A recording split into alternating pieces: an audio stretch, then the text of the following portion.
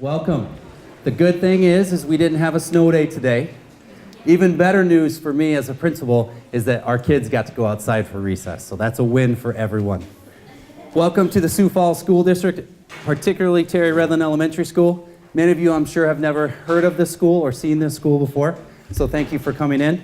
Very proud of this school, so thank you for coming to the Here Comes Kindergarten event. I've been in your shoes several years ago.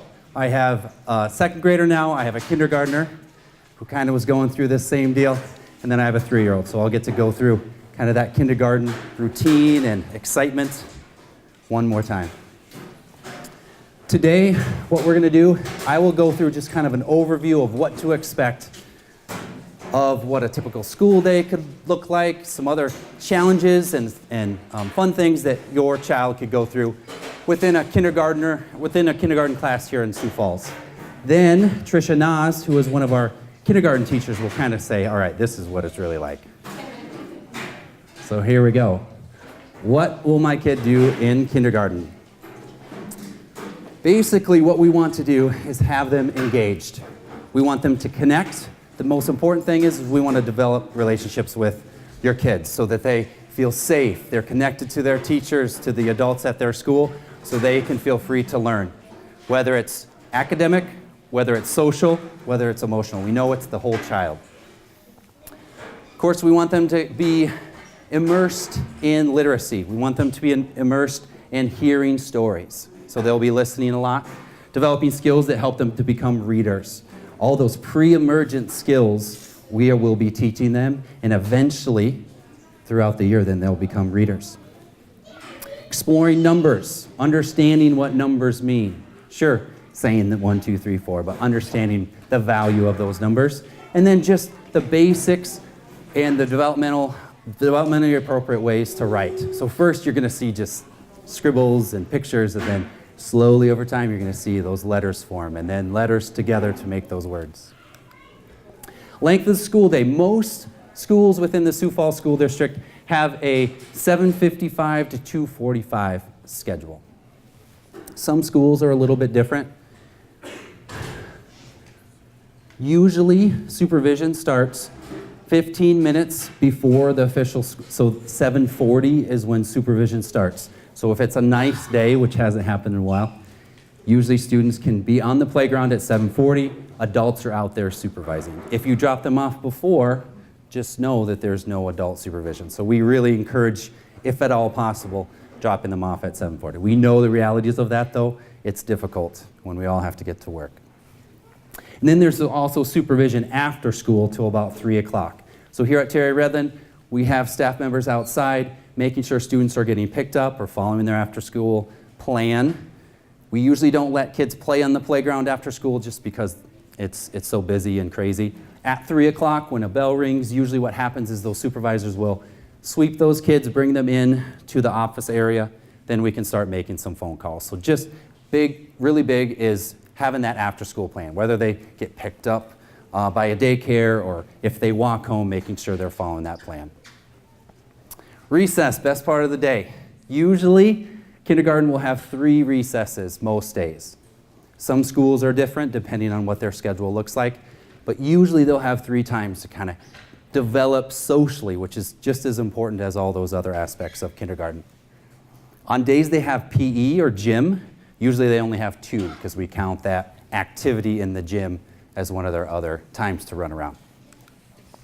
Lunch and meals, most lunches will be 45 minutes in length. That's not 45 minutes to eat. We tie in a recess in there. Typically, it's 20 to 25 minutes to eat lunch, and then some schools have recess before lunch. Most schools have recess after lunch. Most schools in the Sioux Falls School District, you fill out an application if you want to be on free and reduced lunches. You can also access all of your stuff on the My School Bucks app. I believe that's correct. So you can manage that. You can get alerts, hey, your balance is running low, and you can also input money into that. It tends to be pretty slick.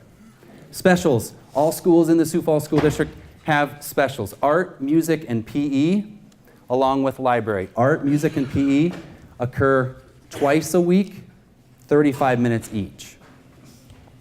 Library occurs once a week for 35 minutes. Once again, kind of that whole child, getting them exposed to everything.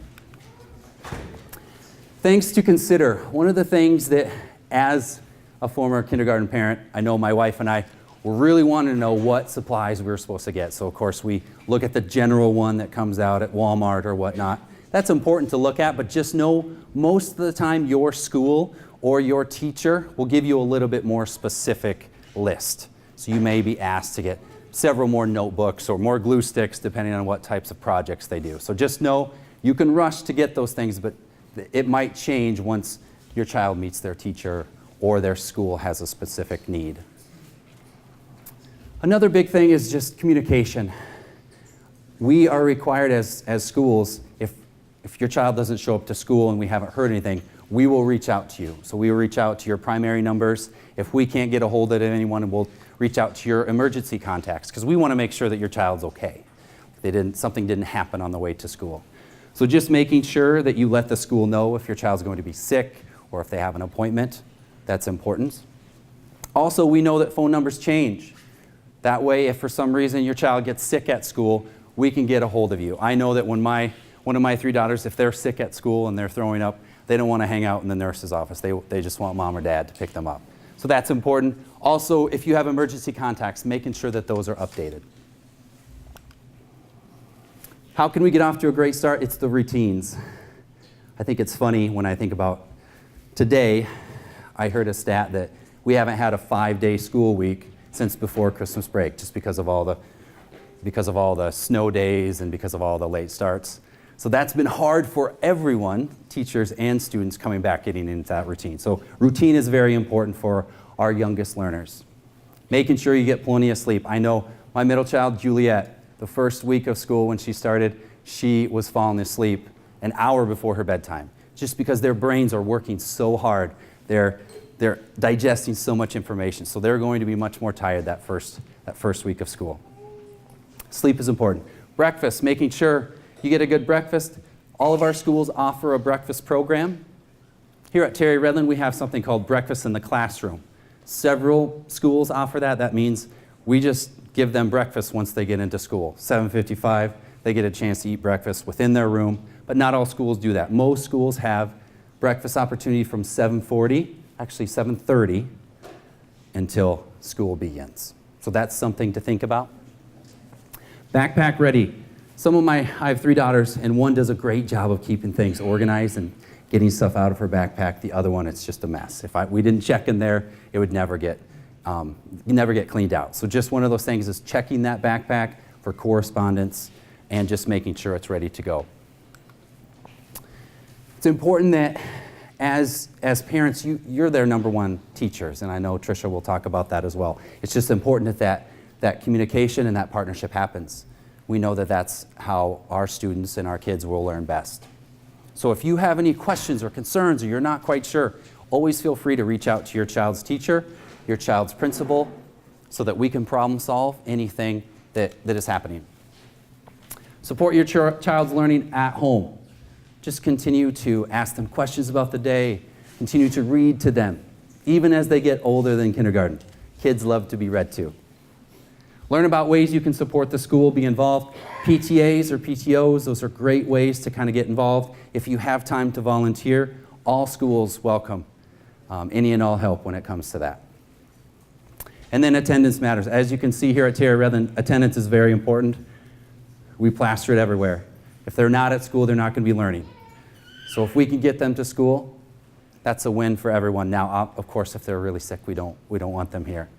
But you can see that we value it almost more than anything else, because we can't connect, we can't develop those relationships with kids if they're chronically gone. So it's important that they get to school.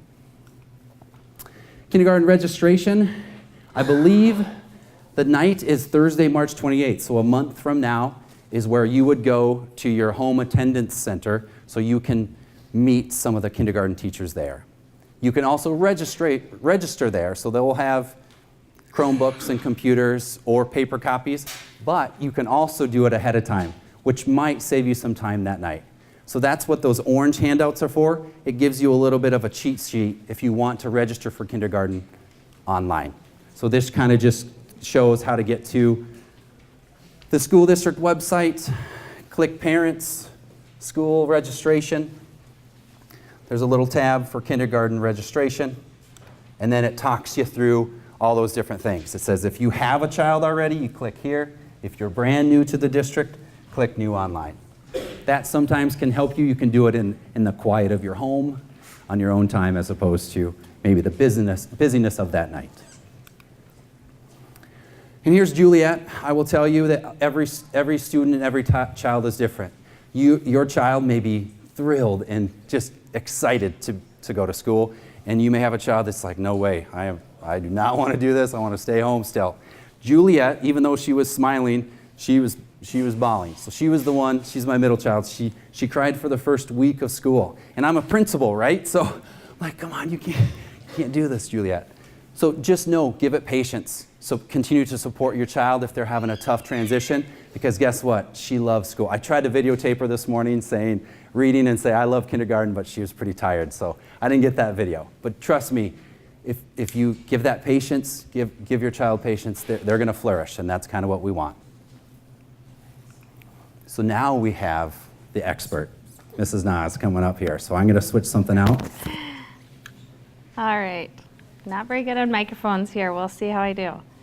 Some of the things that I'm going to talk about are things that Ryan also talked about. So I'll try not to spend too much time on that and go to some of the stuff he didn't quite talk about as much. So first of all, yes, I'm Tricia Nas. I teach here at Terry Redlin. And kindergarten is an awesome year. Awesome year. You will see so many incredible changes in so many ways in your kids throughout this year. Just having done conferences in the last couple of weeks, had a chance to sit down with parents and show them our writing folders and how their writing has grown from when they first came to kindergarten and they weren't able to write, is some not even their name, and just to make scribbles and trying to draw a picture of something that they wanted to draw, and how I would write that for them. And then as we go through the year, and we aren't even all the way, we're not all the way through the year yet. And it's amazing to see how you can just see right when they start writing letters that you can really read, and where they start to maybe hear the beginning of mom, to know that's and write that down. And to where now we have at least, if not writing words and sentences that you can kind of make out and that they can do with a little bit of help, they're at least writing letters and letters and letters and letters. They know that that text is what is writing. And so pair that with the improvements in being able to draw things and the spatial aspects of drawing and things like that. It's pretty amazing. So that's just a piece of what they'll do. So I'll move on here. First, I want to talk just a little bit about what you can do to help your child be ready to go into school that first day. One of the very important things is to give them a sense of responsibility, to be able to know, I can take care of myself. I can do my zippers. I can button my pants. I can tie my shoes, things like that. I can open up the packages at lunch or at snack, the fruit snacks and things like that. When kids can do those things for themselves, they right away have a sense of accomplishment and they feel like, yes, this is good, I can do this. Following directions, giving kids more than just one direction, to go get their coat and their backpack and come to the door. Give them more than one step to do and have them practice that. It's something that might be harder in the beginning, but they will get multiple instructions throughout the day where they might have to remember 2 or 3 things to do. So any prep work you can do on that is helpful. Some of the academic things, identifying letters, sounds, writing their name, counting, Sorting objects, you can do that when you're playing. Identifying numbers and things like that, those are all very important. They are also things that they're going to work on all year in kindergarten. Some of the very important things that you can help to instill at home, more so than those academic things, is just enjoying books, enjoying reading, enjoying playing together and talking about what you're doing. What are they building? What are you going to do with it? How could you put this, how could you draw this on your paper? Anything like that that you can do is helpful. Understanding positional words. Put it beneath you or in front of you. I'm going to go behind you, so they know where those are. And then also the social skills of sharing, playing with others, taking turns. Of course, those are very important, and sometimes things that kids struggle with a little bit when they get into the structure of kindergarten and having to follow those directions and get along with the other kids trying to do the same thing. So, very important. Yeah, just work with them on any of these things, and that will help them in their day. So, the routine, the daily routine, Ryan kind of talked about. In language arts, they'll have shared reading, making meaning, vocabulary, small group work, independent reading, and writing and handwriting. So all of that will be worked into their day. We have a very, very busy day. They'll have math every day.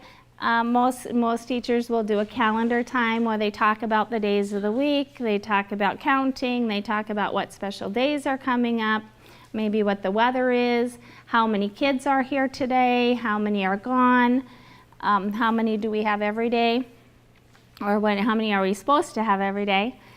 They'll have lunch and recess, 2 or 3, as Ryan talked about. Science, health, and social studies, they'll have that every week as well, and then the specials that he talked about. Just a few things to keep in mind when they have those specials. Always make sure you know when your child has library, when they have gym, so they can have that library book back, have their gym shoes, and have all the right clothing for their special that day. Right now, especially with snow boots and all that, if kids forget their tennis shoes to change into and they have gym today, it's kind of hard to do the things they're doing in snow boots. So, also art. This is something I'm going to tell you. On the school supply list, a lot of times it says an art shirt. I would say check with your teacher about that, check with the art teacher about that before you go buy a special shirt for art. I know here at Terry Redlin, the art teacher doesn't tend to use them. And if we do any painting in the classroom, I just always ask you, please just never send them to school in their Sunday best, anything that you wouldn't want to get dirty or possibly get a stain on. Just be careful of that. So before you do anything special for art shirts, just check with your school on that. Snack, that is dependent on school also and on teachers, so just make sure you know if you need to bring a snack for the week or for the day, so the kids have those. And then just appropriate clothing. Like Ryan said, we did finally get outside today, which is a good thing, but we are outside if the temperature is 0 degrees or above. So it can be awfully cold and they need to be outside. So just make sure they always have that appropriate clothing. Kindergarten registration he talked about, open house in August before school starts. That is a very important time to make sure you schedule in and get in to see your child's teacher. Even if you're not able to go that night, maybe call the school and just arrange a time when you can come in to meet, especially if you have a child who's super shy and gets anxious and things like that. It's very, very important that you make that connection right away and they see where they're going. It's a little less anxiety ridden on that day. So let's see. Yeah, make a plan for how you're going, what your child is doing after school. Make sure your child or your teacher knows that. The first week or so of school, typically teachers will make sure they watch and make sure that kids get to their parents and all that. I always stand outside on the line with my kids and I tell them, you do not leave until you show me that you're going to your mom or dad or that you're going to whoever you need to go with. So make sure your teacher knows that, so they can make sure they get your child to where they need to go. If it's a daycare van, if it's a bus, if it's a brother or sister, make sure they've got a place to meet. So we don't want kids not knowing what they're doing. We've had a lot of kids crying on the line because somebody's not here yet and they don't know what to do. So that makes it tough to get back the next day. So, and of course also medications, or if there's any health concerns with your child, right away get that information to your teacher at open house and make sure you get that information to the nurse. We don't want any major mishaps because of not knowing that.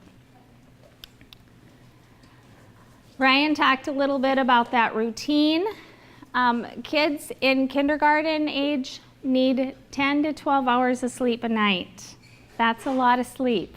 So work on, a couple weeks ahead of time, work on getting them into bed early, which is really hard. I know. I have 3 kids I went through the ropes with.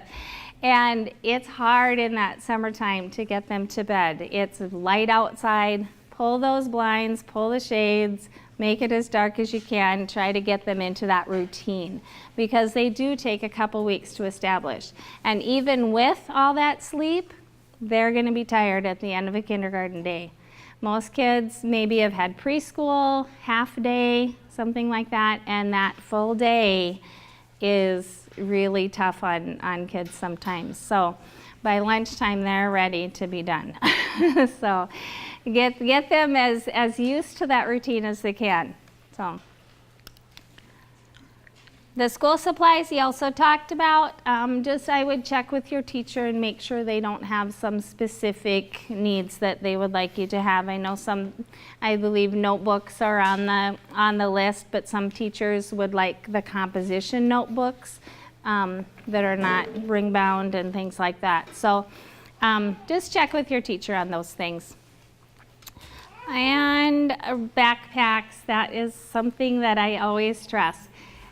There are a lot of really cute little backpacks out there, but please, even though they seem huge on your child, just make sure you have a regular sized backpack, because those smaller backpacks, folders don't fit in them, your library books might not fit in them.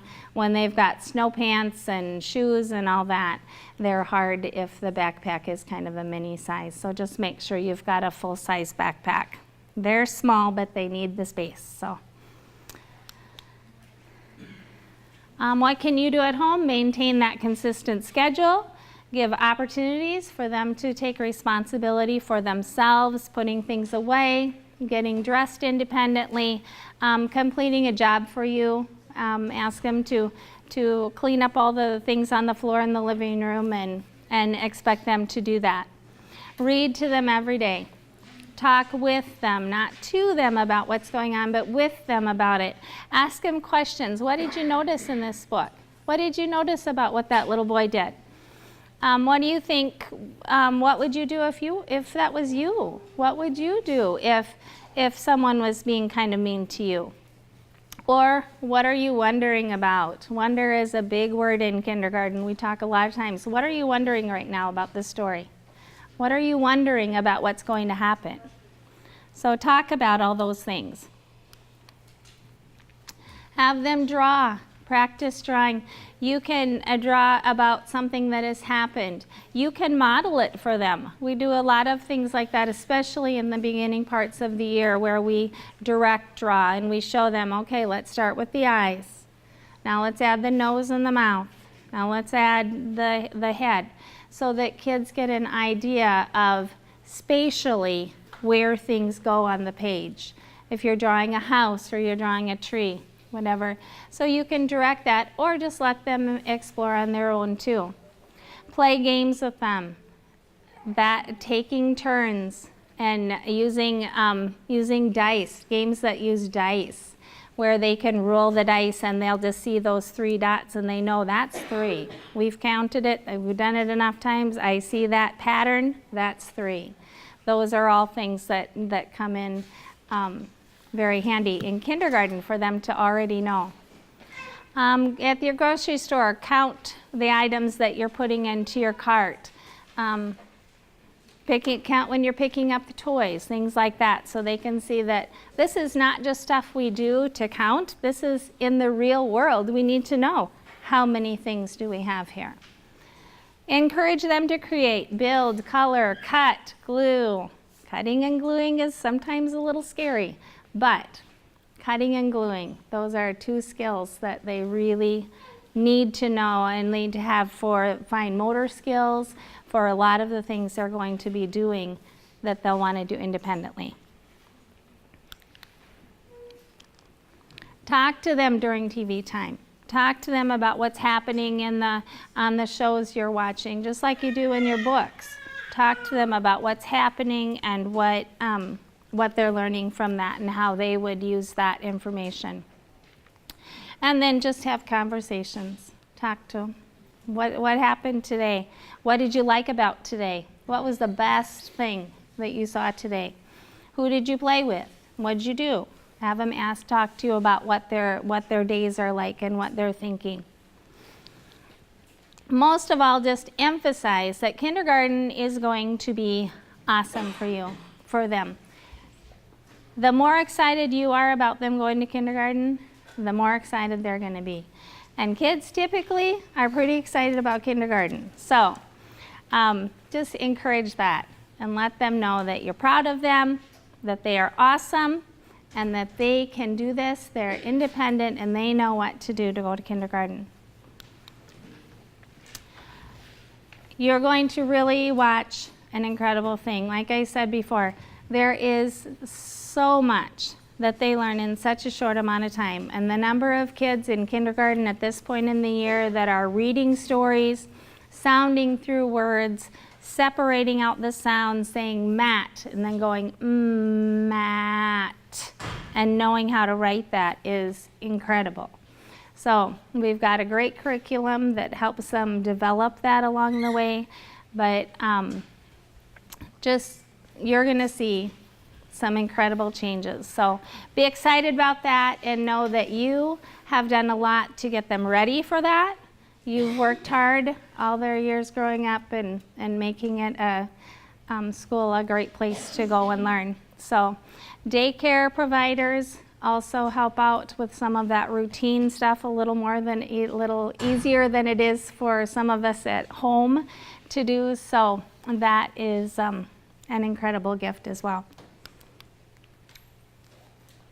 Cherish every moment. Kindergarten will be a great ride. So just be excited with your child and they will be excited right back, I'm sure. And I believe that's me. And next. Thank you for listening. Thank you, Tricia. That was absolutely fabulous.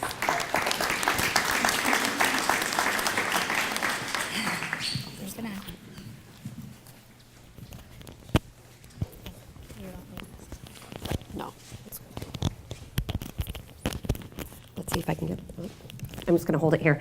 I wanted to say hello. My name is Elizabeth J. Hungary, and I am the Early Childhood Coordinator for the district. I want to say thank you to Terry Redlin, Ryan, and Tricia for kicking this off and allowing this wonderful, exciting evening to happen. This is an amazing, amazing turnout. And because of you, that is happening. To piggyback on everything that they have said, I think one of the biggest things that you can do is to be excited for your children. I know even as being a district employee, being in education, being a teacher, there were things that I was even scared of. But I tried my hardest not to ever put that on my kiddo.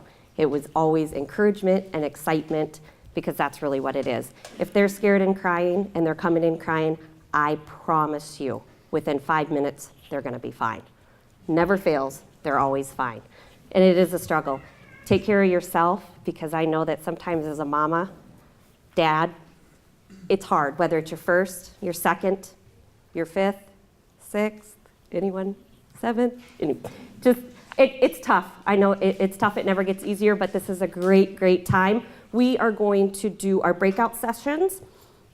If you are interested in kind of a Q&A, pick the kindergarten teacher's brain and talk to Ryan, you can stay in here. If you want to learn about special education and things related to that, you will be in room 141, right down the hall and to the right. We'll help you get there.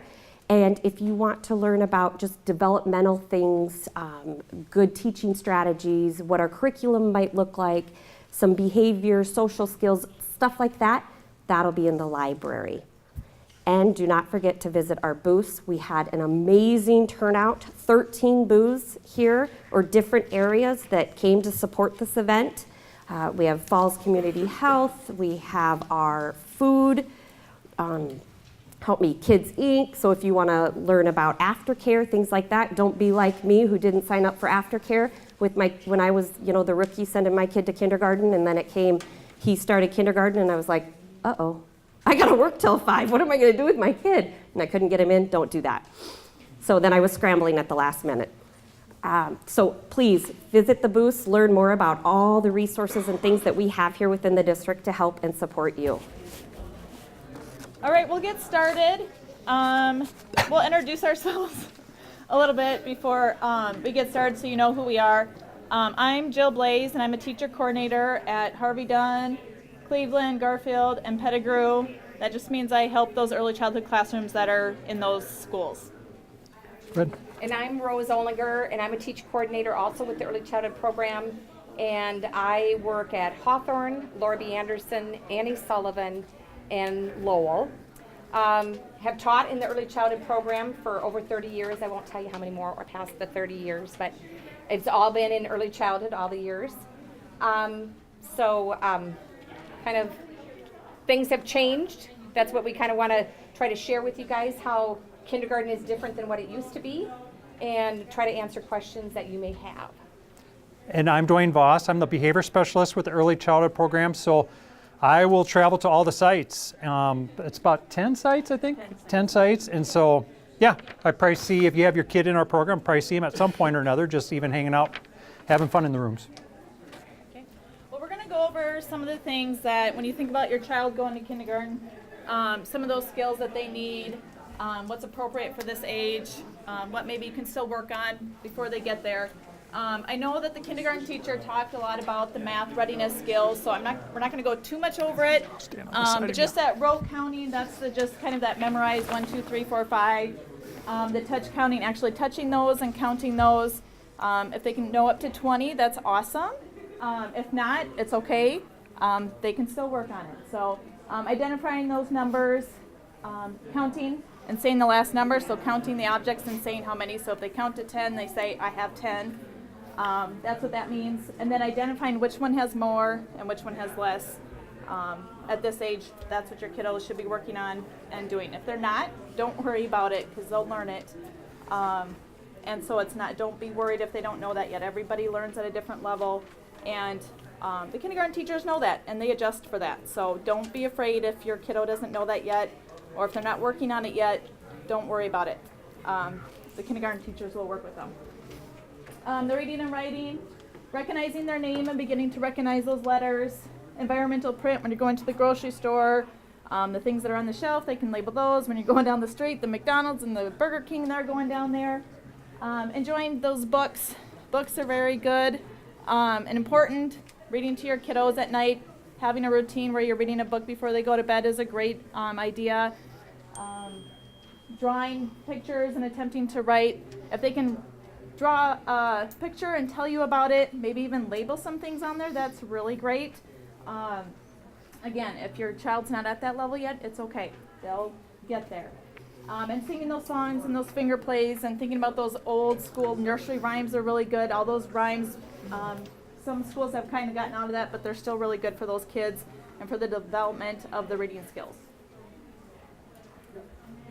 The next one is social development. This is probably the most important thing that you want your child to start learning and start doing.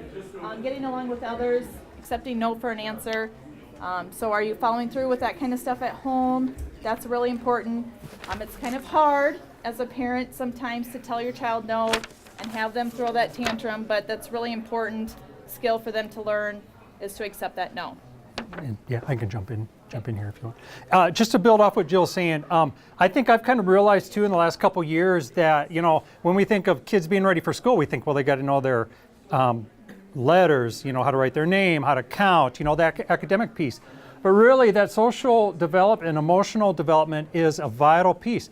You could have the brightest little kiddo in the world, but if they have the trouble with the behaviors, that can really impact the reading, the writing, the math, and all that stuff. So that's why working with your kids at this young age and really putting emphasis on it is a really key point.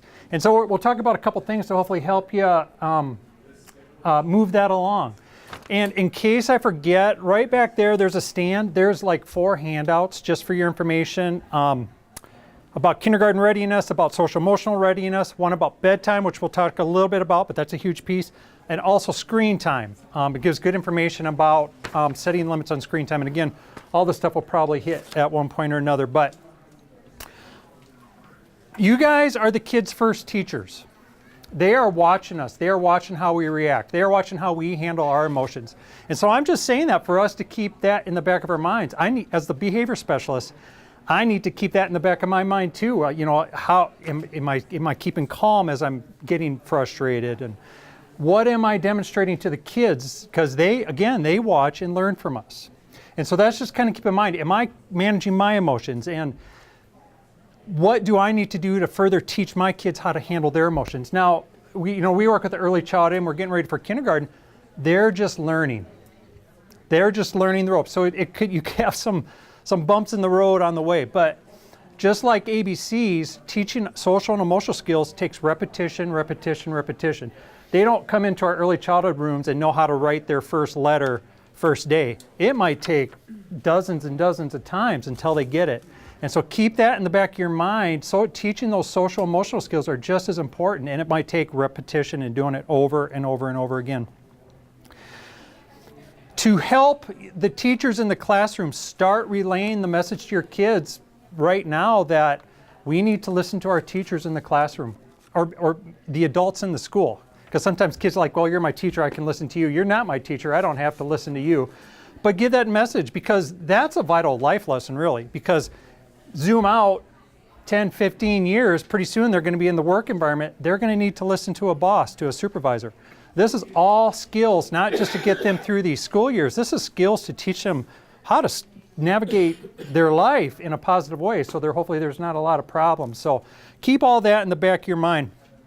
I'm going to just say this as a quick side note. If it's a situation where your kiddo has some troubles in school, they're having a little hard time managing their emotions and regulating, work with the school. The school is out there to help. Sometimes it might feel like it might be a frustration if any of you get those phone calls. What did my kid do today? I know that's a pain. But keep in the back of your mind too, though, that we're not doing that to drive you nuts. We're doing it. We want to problem solve. That's what we really want to do.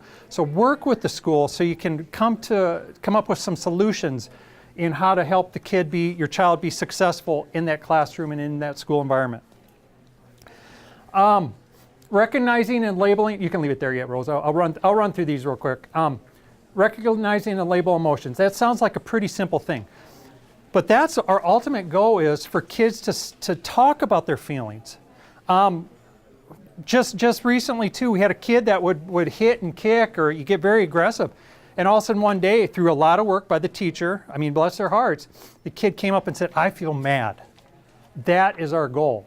We want kids to understand mad is not a bad feeling. Sad is not a bad feeling. They're not. It's what we do when we're mad that causes problems. And that's again where the teachers, the school, the families step in to teach the kid these new skills on how to handle that mad. Maybe it's taking deep breaths. Maybe it's if a kid gets mad and they go sit down by their cubby or go sit in a chair because they need calm down time, or maybe at home, maybe it's they go sit in their room hopefully without destroying anything, go lay in their bed to calm down. That's great. That's them self-regulating and handling their emotions without causing problems. So that's our goal. So talk to kids about feelings. So if you have your kid is really mad, and maybe I don't know if you guys have any kid that gets mad and they call you names, don't worry about the names they're calling you, because let's say you have a kid, for example, I hate you, you're dumb. Do they hate you? No, they're mad. Don't focus on those negative words, focus on the feeling. So instead of focusing on the word I hate or you're dumb, say, boy, I can tell you're mad. When you're calm, I will help you. Or maybe it's sad, whatever it is. Focus on the feeling, not the hurtful words. Let me make sure there wasn't anything else I wanted to say with that. Following the rules and routine.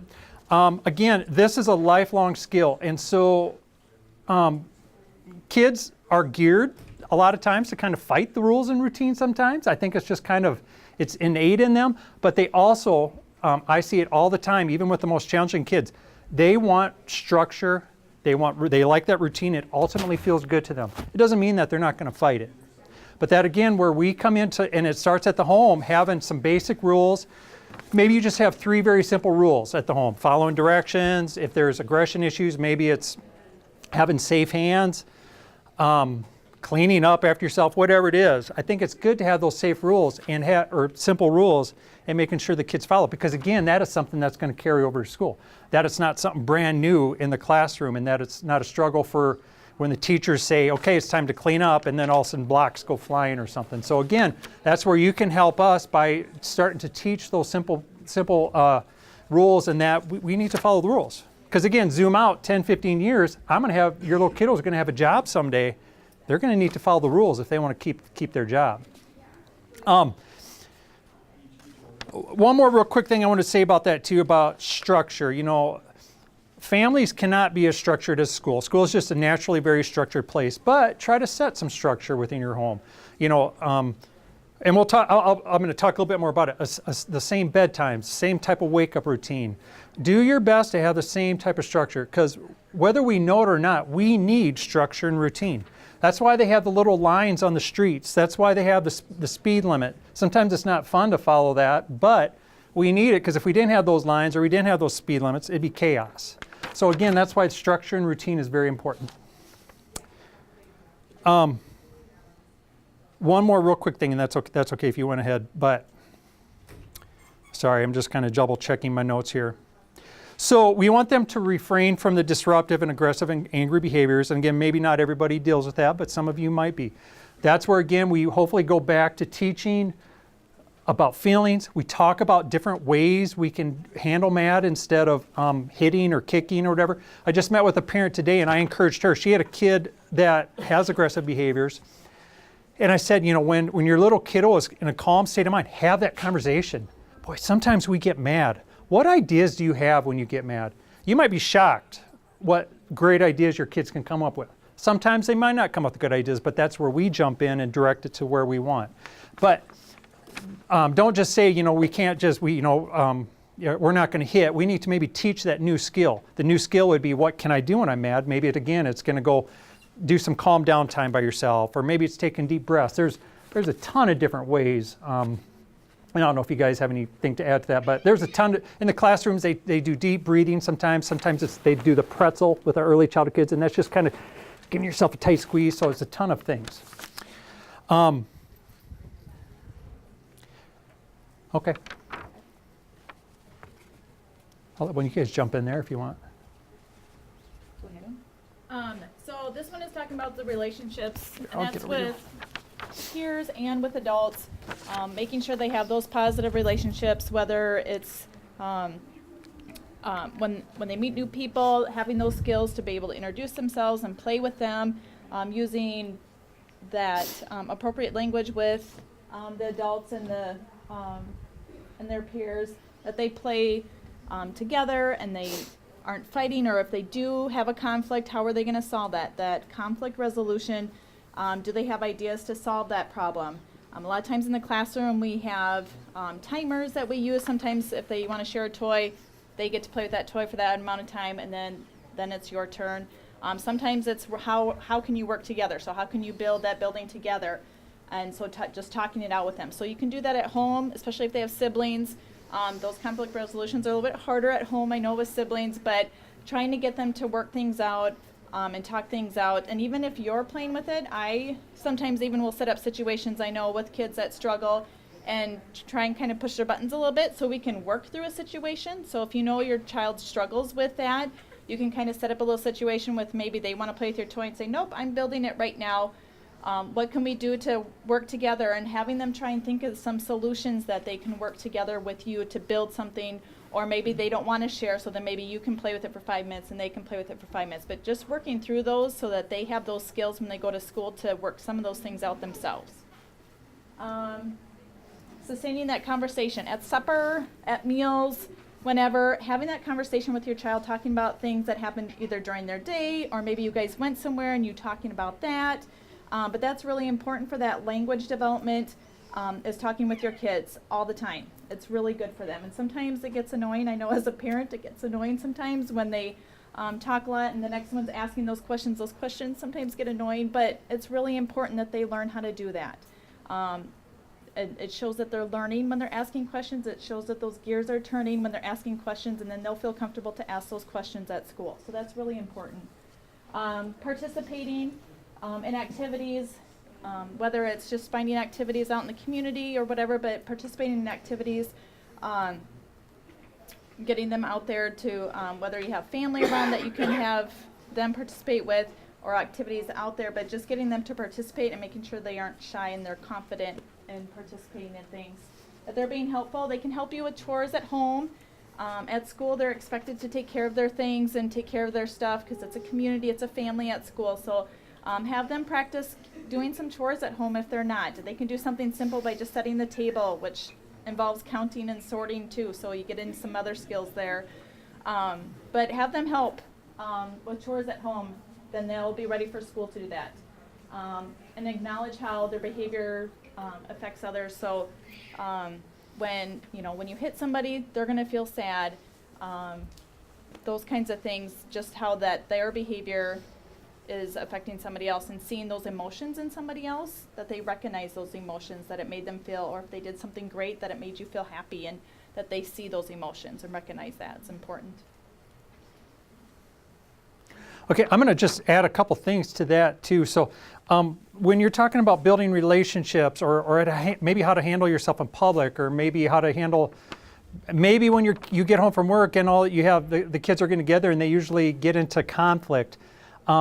Have little pep talks with your kids. So maybe you get home before they go play and do their thing, check in with the kids, find out about their day. But then also have that pep talk about, like, okay, reminders of expectations. I want you guys to play and have fun, but we have safe hands in this house. If we get mad, we use our nice words. If you hit, then this will happen. You have to think about what the this will be. Maybe they need to come have a little calm down time, or play at the table. Or the if-thens can be good too. Boy, if you guys play safe, then you can pick out a special snack. But I'm a firm believer in letting kids know exactly what to expect as much as possible, what to expect based on their choices. So no matter what we do, there's consequences. There's good consequences for good choices and bad consequences for bad choices. So let the kids know what to expect, but the key there, though, would be follow through on your end. If you lay out the expectation and, if someone hits, we need to follow through. So I just wanted to add that. Routines. Pretty self-explanatory. I'm going to talk real quick about morning and bedtime.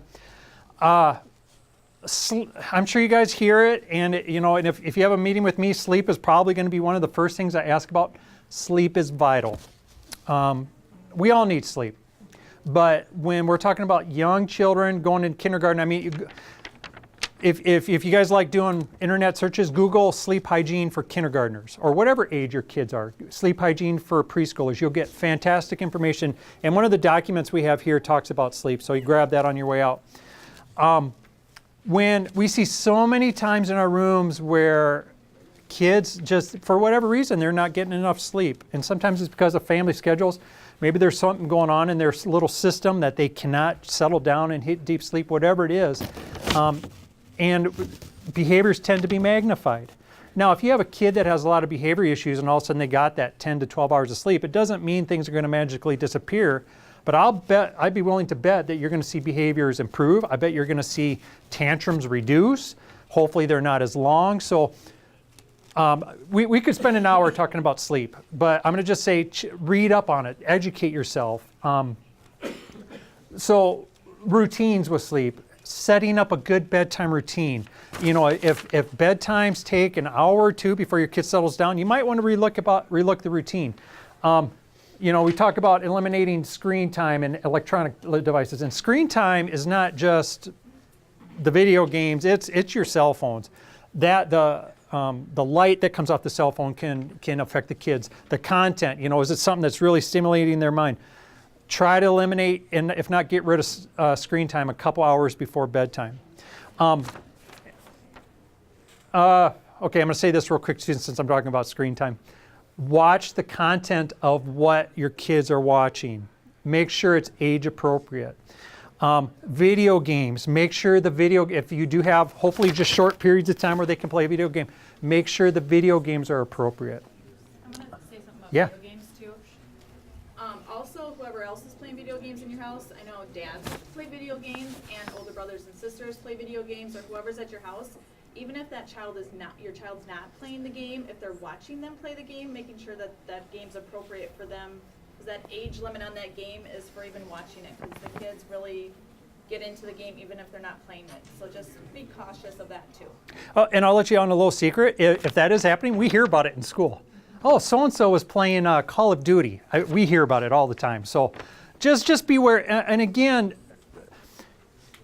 if you have a kid that struggles to get to bed, focus on that, because let's say all of a sudden you have a kid that doesn't go to bed till 10 o'clock and you work hard, you really work hard to get them asleep by 7:30 or 8 o'clock. Whose time is it once they're asleep? That's your time to do. Maybe that's when you can do your little board games, or maybe you grab a book or whatever. So think of it, you can be a little selfish in that way too. If I can get my kiddo asleep, then you have some time to kind of recharge your batteries too. Morning routine is actually about as important as that bedtime routine. I don't know if you guys have the kid that struggles in the morning, maybe it takes them forever to get ready, or maybe I'm going to watch a cartoon before I have breakfast, and all of a sudden you're scrambling to get out the door. Do your best to have a set morning routine. Sure, maybe they can flip on the TV for a little bit, but they need to eat, get dressed, brush your teeth, then you can earn your whatever privilege it is. Maybe it is a little bit of screen time. So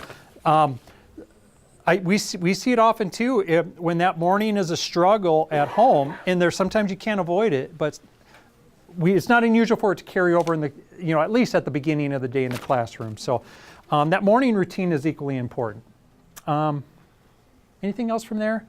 Reducing caffeine and sugar. Obviously, you guys are probably aware of that. You know, if they're going to have caffeine or sugar, try not to have it at least for a few hours before bedtime, because that can get that old heart ticking. And I'm sure you guys maybe have experienced it. Once that kid is wound up again, it's hard to get them settled down.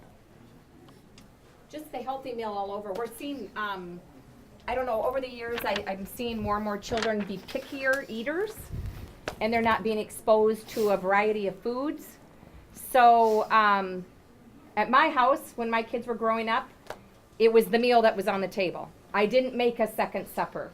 It's like children regulate themselves, and if they're hungry, they're going to eat the food. But they need all the groups. They need the vegetables. They need the fruits. They need. We see illnesses go through school. Kids that are sick more often than other children probably aren't very good eaters. They're probably not very good sleepers, the whole game. So it's kind of a domino effect with a lot of these things, between the sleeping, the eating, the routines, life in general, really takes a toll on little kids, even when they're 5 years old. So, and if you think your child's not going to eat the school lunch, at least give it a try, because you'll be surprised at what your kids do eat at school. I know when we talk to parents and have conferences with parents with our kids, our early childhood kiddos eat the same food that they eat in elementary and all the other schools. And I know parents are always shocked of how much or what kinds of foods that they eat when they're at school. So when they see other kiddos eating it, they like to eat it too. So at least give it a try. See if your kiddos will eat the lunch. But what's the next one? I think that was it. Oh, what you can do. So basically what you can do as a parent is some of the things that we've already been talking about. Like we said, the electronics have kind of taken over spending time and honestly reading to your child. There is data. It hasn't changed over the years that reading is one of the largest benefits to children. So It doesn't mean reading a long book. It doesn't mean reading it word for word. It can mean that you just sit down and look at the pictures in a book. It can be one book. Some kids, you know, it's like they're on their fourth book. So you set whatever routine that you want, but reading is, wouldn't you say, one of the largest predictors of what your child is going to have for vocabulary. It's going to help them with their attention span. It's going to help them get ready for reading. Everything about the school day, just reading to your child a book. So that's one of my largest things that I can tell you about. Talk to your child about what they're doing. Again, it's like what she was saying with that conversation, helping your child solve problems, giving your child those simple responsibilities. And when you get to school, again, when she said that partnership, we see a lot of things stay in backpacks for weeks. So when the school sends something home, it doesn't get taken out. So a lot of schools have set a day. So some schools have Monday folders or Thursday folders, and the school has purchased a folder, and there's important things that need to go home with your child. So find out what day that is. That's the day you should check the bag for things from the school. Some schools have gone to the social media. They might have a Facebook page. Maybe your teacher has a page. Maybe people like to do email, or a lot of our teachers in our program have even gone to texting, and they have a text number. So, using Google Text or whatever it may be. So communicate with the teacher, with the school, with what is going on. If your child is sick, if something is going on, tell the school my child's going to be gone, all those kinds of things. It seems simple, but you wouldn't believe how many times we don't get phone calls and the office is tracking children down and why is your child gone today? So just those simple little things. That's why we consider it become a partner with your child and the school, the teachers throughout. It's a journey. It's going to start in kindergarten, and it's going to be a journey for the next, 12 years. 12, 13. So if sometimes it doesn't seem like little changes make a difference in kids' lives, but sometimes changing daycare, sometimes the new baby in the household, maybe you're moving. All children act differently when things are happening in your life. So if you notice a change in your child, you might want to communicate that with the school. So. Any questions? I'm going to add one thing too. It just occurred to me too while you're talking about the reading, and throw out a challenge. Like if you do spend some time with your kid reading, or maybe you're playing a game, challenge you guys to turn this off. Don't let there be any distraction. Let your attention to your kid be 100%. Because again, zoom out when they're a teenager and they have their little, who knows what technology will be like in 10 years. But you're teaching them a good standard, like when the person in front of me is the most important thing right now. So just a little challenge to think about.